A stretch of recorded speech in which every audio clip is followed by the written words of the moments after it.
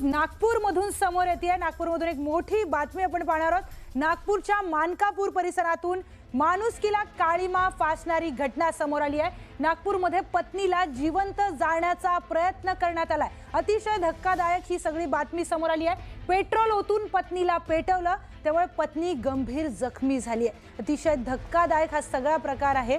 अनिल देशमुख आणि त्याची पत्नी माधुरी यांच्यामध्ये गेल्या काही काळापासून वाद सुरू होते, त्यामुळे माधुरी माहेरी राहत होती।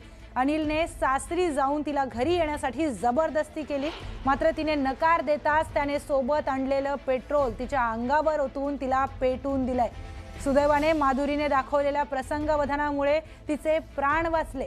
पेट घेतलेल्या अवस्थेत तिने स्वतःची आग विझवली आणि कुटुंबियांनी तिला तातडीने रुग्णालयामध्ये दाखल केलं। या प्रकरणी मानकापूर पोलिसांनी अनिल देशमुखला अटक केली आहे।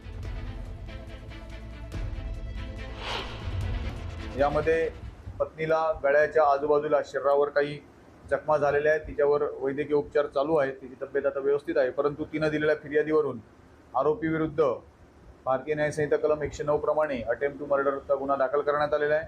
आरोपीला कालच अटक करण्यात आलेली आहे। आज रोजी माननीय न्यायालयात आरोपीला हजर केले असता न्यायालयाने न्यायालयीन कोठडी मंजूर केलेली आहे। तर पुढे